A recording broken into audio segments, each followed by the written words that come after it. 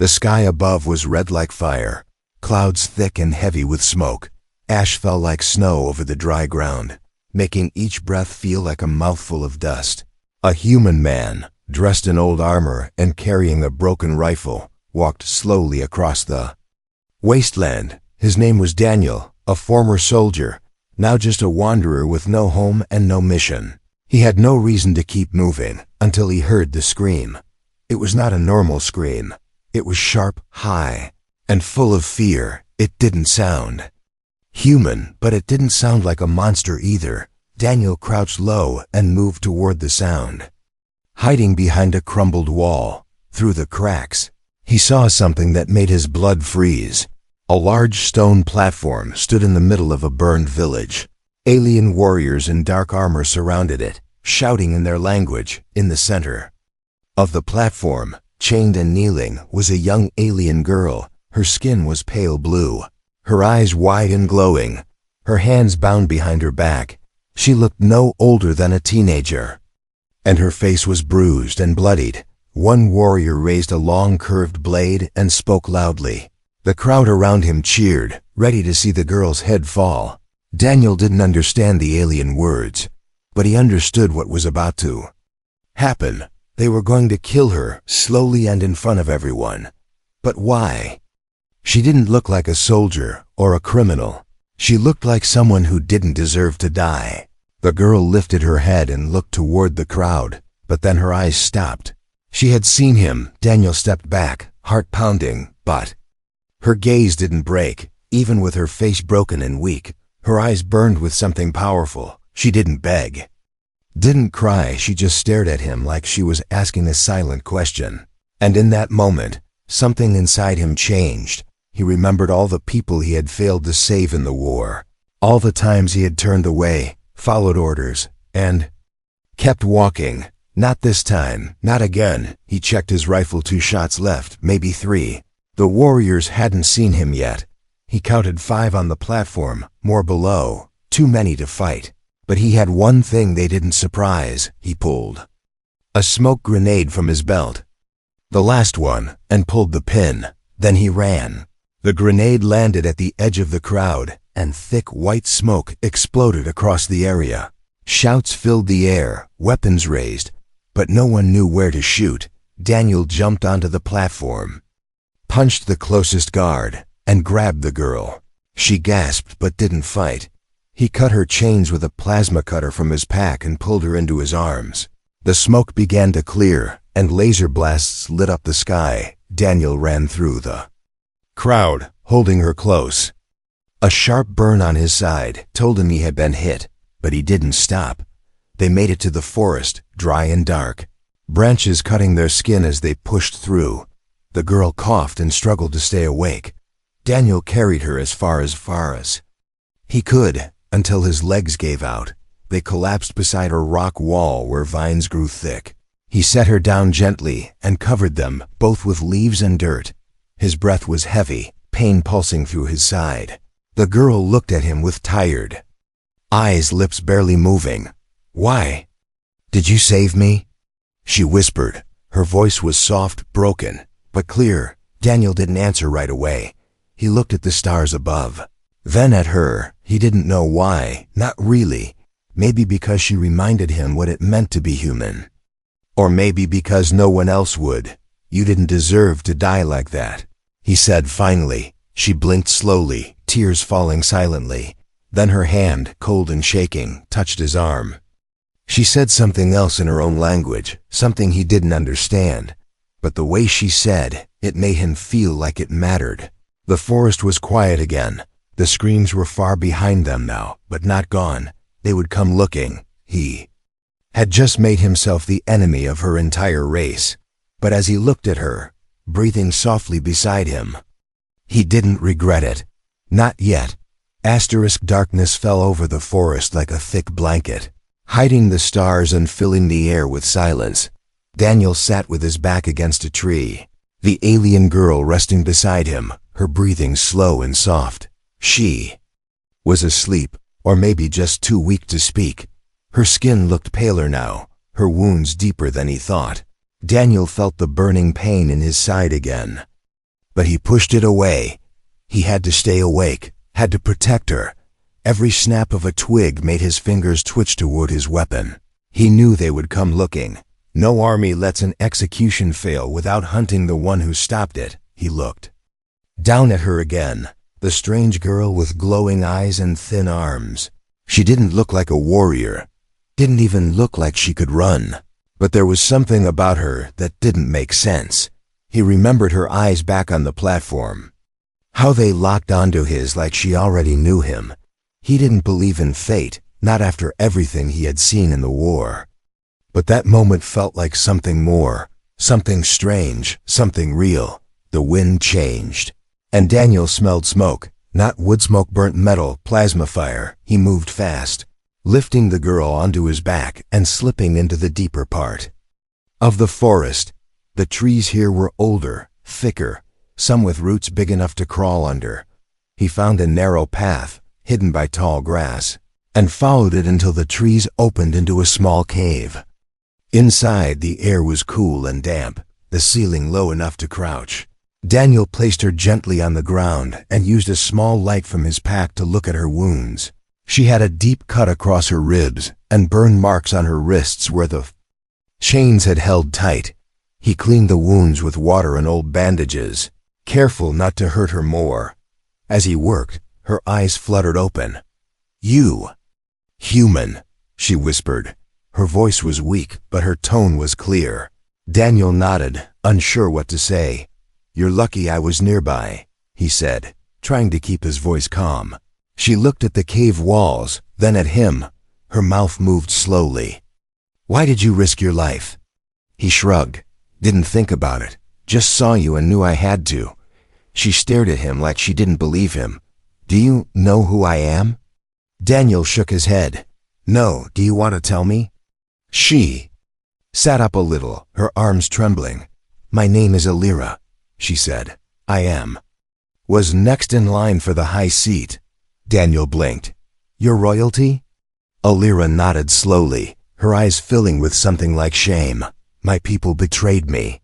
They said I was unworthy, called me cursed, said my blood was wrong." Daniel leaned back, trying to take in what she said. A royal girl sentenced to die by her own people. What kind of place was this? Alira looked down at her hands. "They fear what I am. They fear what I can do." Daniel looked closer at her.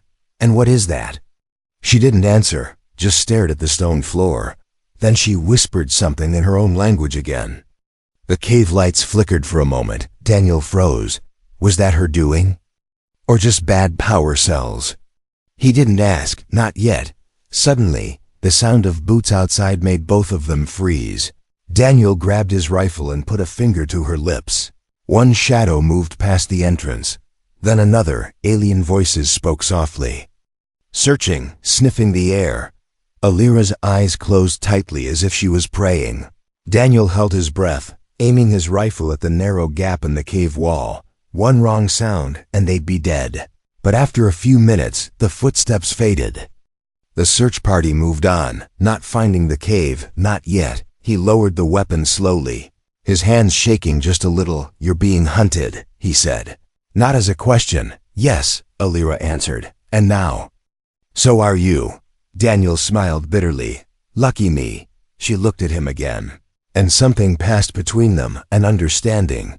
They were strangers, but now their lives were tied together. He had no plan, no ship, no safe place to go, but he had made a choice, and he wasn't turning back.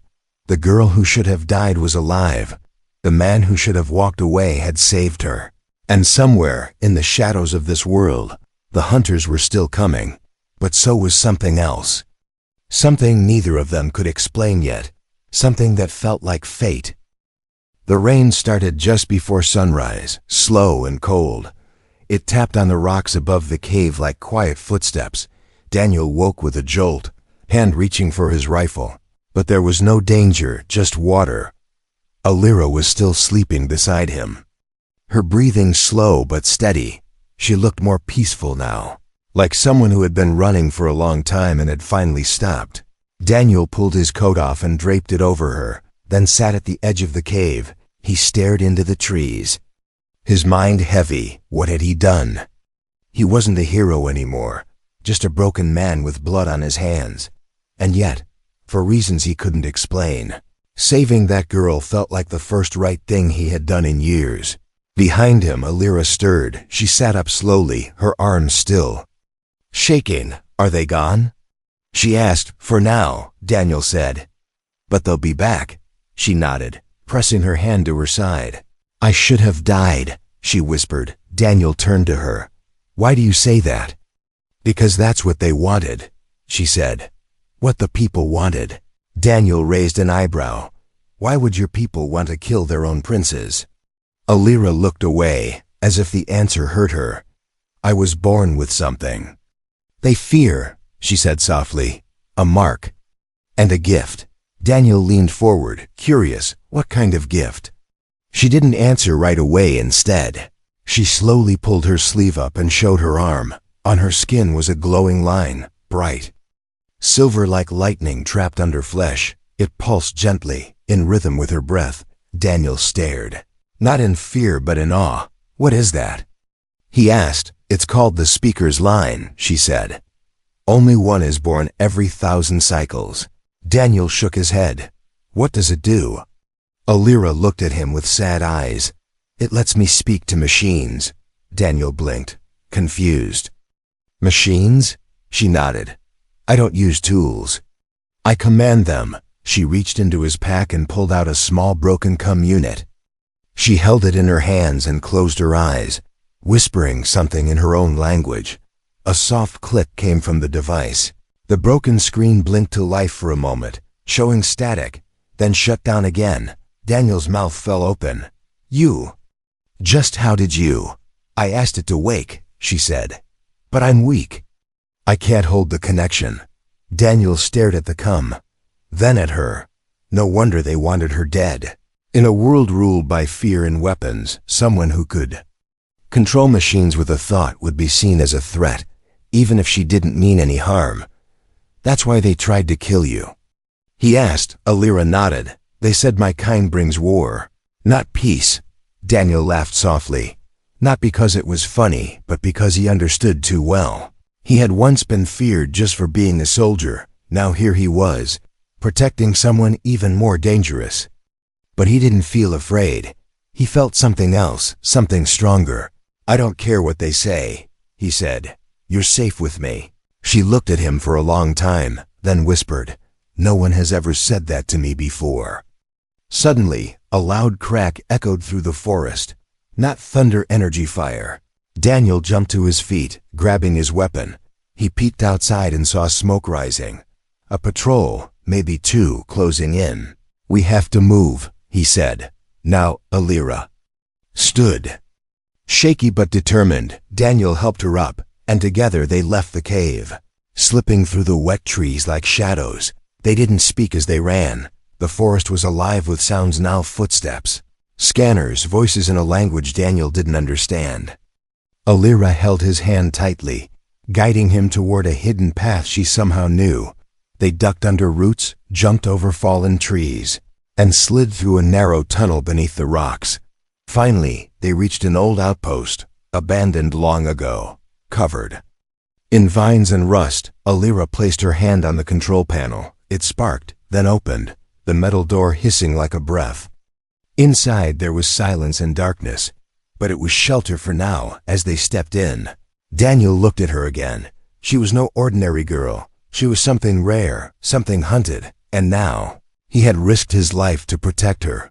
But what scared him most wasn't the danger. It was the way she looked at him, like he was already part of her story, like she had been waiting for him all along.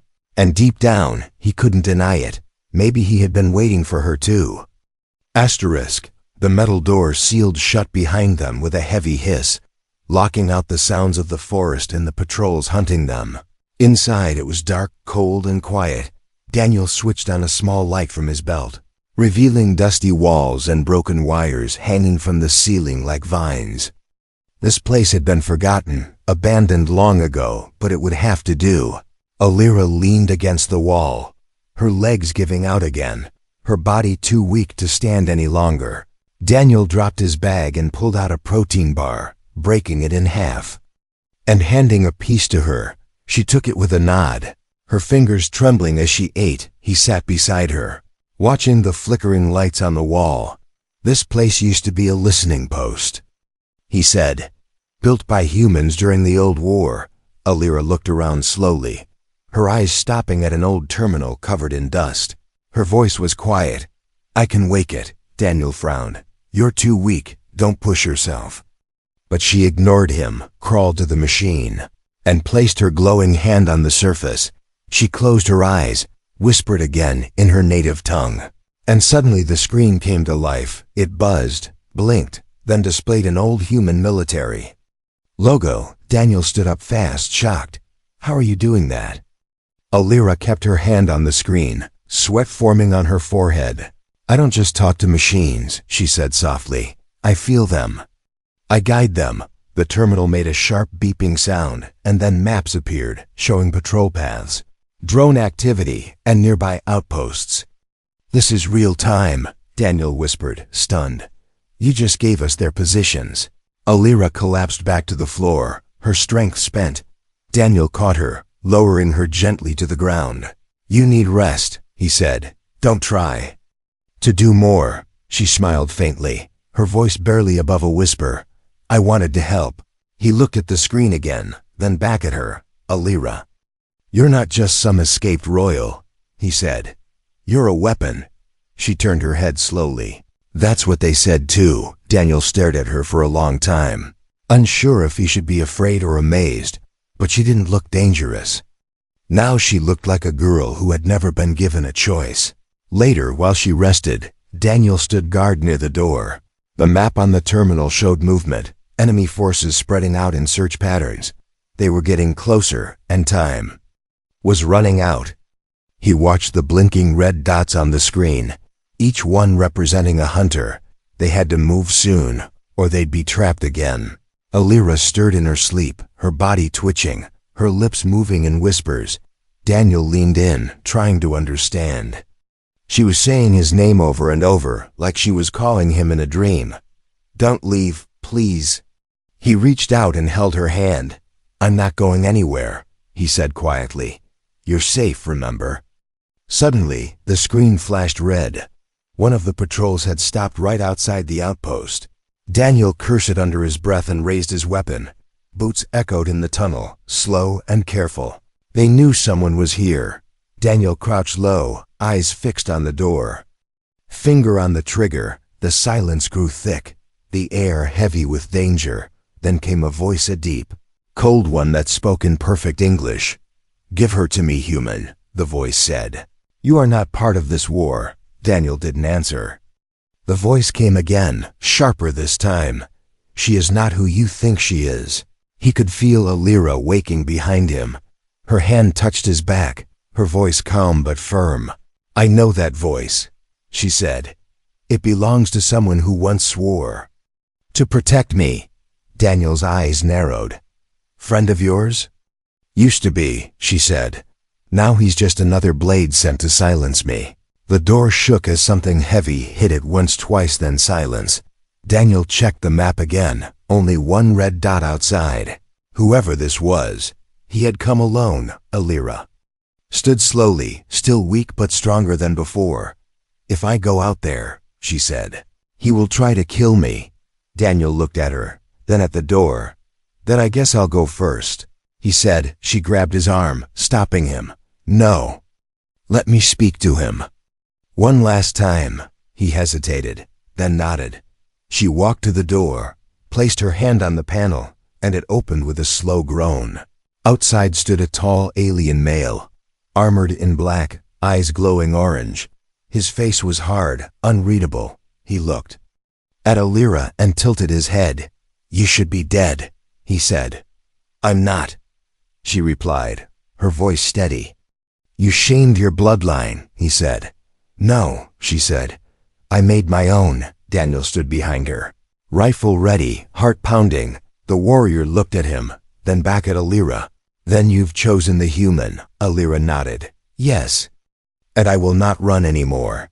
The wind picked up between them. The tension sharp like a blade about to fall. No one moved, not yet, but the next few moments would decide everything. The wind howled through the empty clearing outside the outpost, carrying dust and tension in the air. Daniel stood behind Alira with his rifle aimed at the tall alien warrior, his finger just one twitch away from pulling the trigger. The warrior, motionless, looked from Alira to Daniel, then back to her. "You dishonor your blood," the warrior said quietly. "You choose to hide behind a human." Alira's eyes didn't blink. Her voice calm. "I'm not hiding." Her hand glowed faintly at her side. But she made no move to attack. Daniel stepped forward slightly. "She doesn't belong to anyone," he said, "and she's not going with you." The warrior's mouth curved into a small, bitter smile. "You think you can protect her from all of us?" "I already did," Daniel replied. "Twice." There was silence, heavy and dangerous. Then the warrior took one step forward, slow and deliberate. Daniel's grip tightened, but Alira raised a hand, stopping both of them. "His name is Tharos," she said without looking back. "He was once my protector." Tharos tilted his head. "And now I'm your executioner." "I know," she said softly, "but I want to ask you one thing before you try to kill me." He waited. "Why did you come alone?" That question seemed to hit him harder than a blade. He said nothing at first, then looked away. "Because I didn't want anyone else to see," he said finally. "I didn't want them to see me end the last of the royal line with my own hands." Daniel stepped beside Alira now. "You don't have to." "I do," Tharos said. "The council commands it." Alira took a slow step forward, her voice softer than the wind. "The council lied," she said. "I was not cursed. I was chosen. Chosen to bring war." Tharos growled. "No," she said. "Chosen to bring change." The lights around her hand flared, and the ground beneath her feet seemed to pulse. Daniel felt the hairs on his arm rise, not from fear, but from the energy she gave off. For a moment, it felt like the trees themselves were holding their breath. Tharos stared at her glowing hand, something shifting in his eyes. He looked uncertain, almost afraid. "Prove it," he said, voice lower. "Prove you're not what they said you are." Alira reached down and picked up a small piece of broken metal from the ground. She held it up, then closed her eyes and whispered to it. The scrap floated in the air, spinning, glowing, shaping itself into a perfect silver sphere. Then it shattered into light and vanished. Tharos took a step back, stunned. That's impossible." "No," she said. "It's the truth you were never allowed to see." Daniel watched the warrior's hands tremble slightly. "I was trained to kill anything that showed that kind of power," Tharos said. Then, "Maybe your training is the real curse," Alira replied, for the first time. The warrior lowered his blade. He looked at her, then at Daniel, then back again. "She's not safe," he said. "And neither are you." Daniel stepped closer. "We never were." Tharos took a deep breath, then turned his back. "I'll tell them I failed," he said. "They'll send others. Why help us now?" Daniel asked. Tharos paused. "Because once, I held her when she was a child. And she trusted me." Then he vanished into the trees, swallowed by the fog. Alira stood frozen for a moment, then finally let out a shaky breath. Daniel turned to her. "Are you okay?" She nodded, but tears shone in her eyes. "I didn't think he would walk away." "He still cares," Daniel said, "even if he can't say it." They returned to the outpost, both silent for a while. Inside, the map still flickered, showing more red dots now, more movement, more hunters coming. Daniel sat beside Alira, watching her as she stared at the screen. "You knew he wouldn't kill you," Daniel said. "No," she whispered. "But I hoped." Outside, the fog thickened, the world shrinking around them. Daniel placed a blanket over her shoulders. "We'll leave before nightfall," he said. "Find a new place, maybe even a ship." She looked at him, eyes deep and unreadable.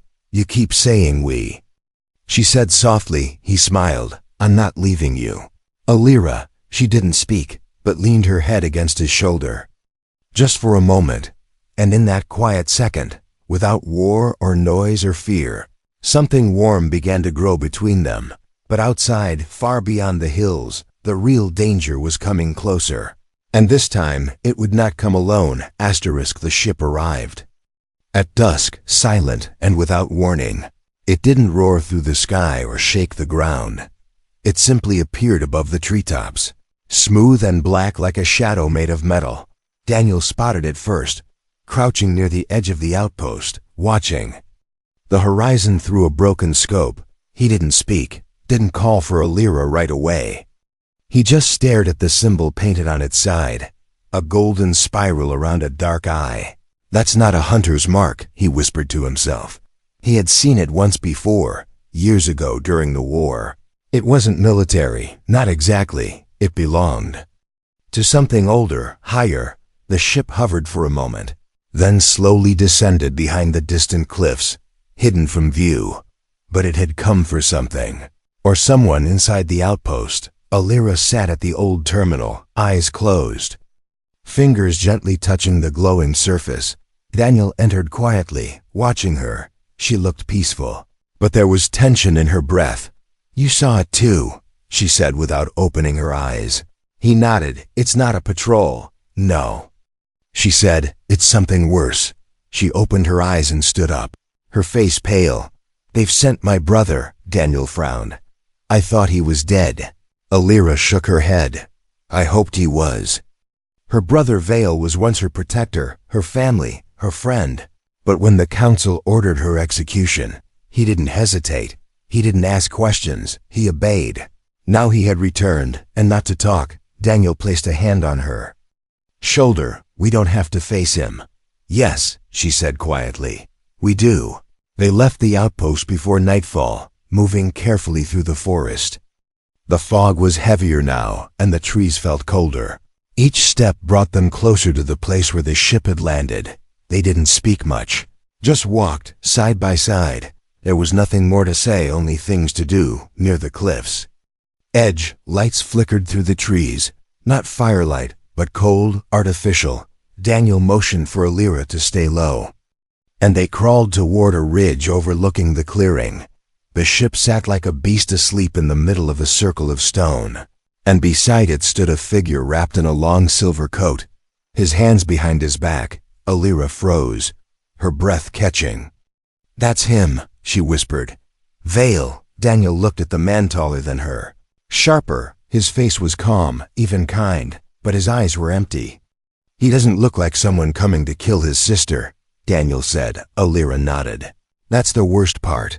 They stepped out of the trees together, no longer hiding. Vale turned to face them, a smile forming slowly on his lips. "Alira," he said warmly. "You survived. You tried to kill me," she replied, her voice hard. "I had to," he said, as if explaining a simple truth. "I was told you were dangerous." "I am," she said, and her hand began to glow. He didn't flinch, just walked closer, hand still behind his back. "You're using your gift," he said, just like they feared. "You used to call it a blessing," she said, "before they filled your mouth with lies." Vale stopped a few steps away, looking between her and Daniel. "And this is your guardian now?" Daniel stepped forward. "She's not my prisoner." "No," Vale said softly. "She's your anchor." Alira's eyes narrowed. "Why are you really here, Vale?" "To offer you a choice," he said. "Return with me. Not in chains. Not as a criminal, but as our leader." Daniel felt a chill run through him. "What game is this?" he asked. "No game," Vale said. "The council is fractured, split by your escape. Half believe you're dead, half want you to rule." Alira looked shaken. "Why would you support me now?" "Because I saw the light," he said. "The same light you showed me when we were children." Then his eyes darkened. "But if you refuse, they will destroy everything." Daniel stepped closer to Alira, whispering, "Don't trust him." "I don't," she said, "but I need to know what he really wants." Vale extended a hand. "You can stop running," he said. "Come with me, and I'll make sure you're protected." She stared at his hand, then at Daniel. Daniel didn't say a word, he just waited, heart heavy. Then Alira took a step forward, reached for her brother's hand, but stopped just inches before touching it. "No," she said. "I don't want protection, I want freedom." Vale's eyes changed.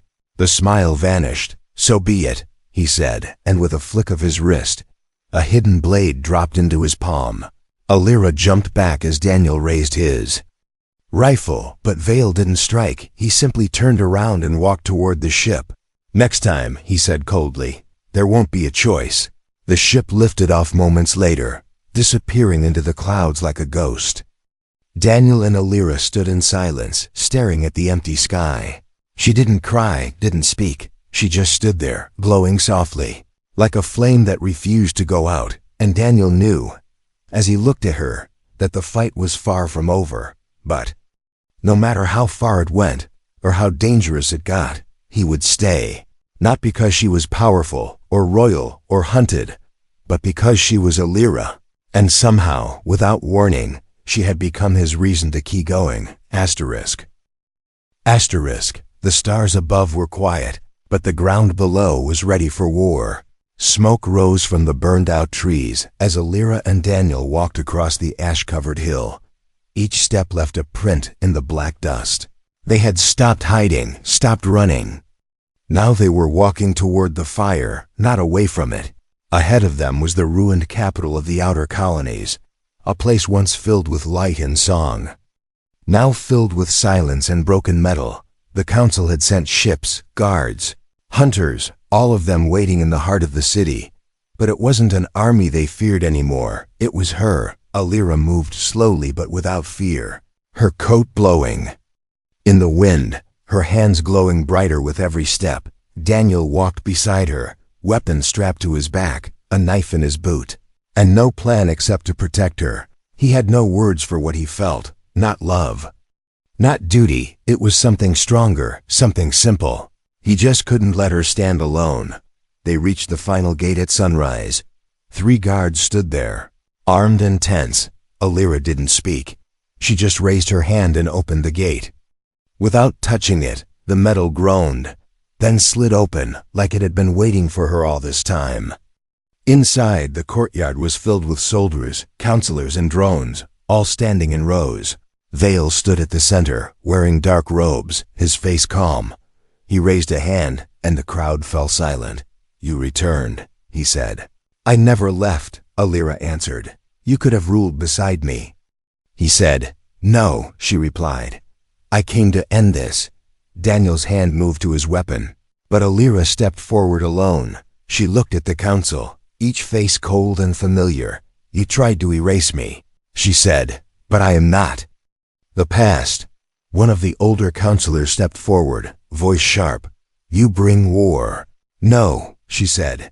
"You created it when you chose fear over truth." Her hands glowed brighter now, the ground beneath her feet pulsing with soft silver light. Machines around the courtyard began to stir not by command, but by recognition. Old drones powered on. Ancient lights flickered to life, and the entire city seemed to breathe for the first time in years. "She's awakening the core," one of the guards whispered, stepping back. Daniel looked around as cables vibrated and stone cracked. She was not just speaking to machines. She was calling the planet itself. Vale stepped forward, blade drawn again. "This is your final chance, Alira," he said. Alira turned to him slowly, her eyes glowing with deep light. "I know," she said. "And it's yours too." They clashed, but it was not a long fight. Alira didn't attack with fists or fire. She stopped his blade with one hand, then placed her palm against his chest for a moment. Daniel thought she would destroy him, but instead, she whispered something soft, and the light in her hand faded. Vale dropped to his knees, the blade clattering to the ground. Tears fell from his eyes, and for the first time, his face showed pain. "I remember," he whispered. "I remember who you were, and who I still am," she said. The crowd didn't cheer, didn't speak. They just watched as their weapons powered down, their drones sat still, and their fear began to break. Alira turned and walked toward Daniel. "It's done," she said. He looked at her, not like a soldier, not like a protector, just a man who had followed her into the impossible. What happens now? He asked. She smiled, tired but peaceful. We start again. Later that night, far from the ruins, they sat near a fire beneath a clear sky. The stars above were the same, but everything else had changed. She rested her head on his shoulder. And for once, there were no more questions, no more hunters, no more running, just quiet. He had saved her from death, and she had saved him from emptiness. Two broken lives that somehow found healing in each other. And while the galaxy was still wide and dangerous, they knew one thing for sure. Wherever they went next, they'd go together, not as protector and princess, but as something new, something real, something they never expected but would never give up.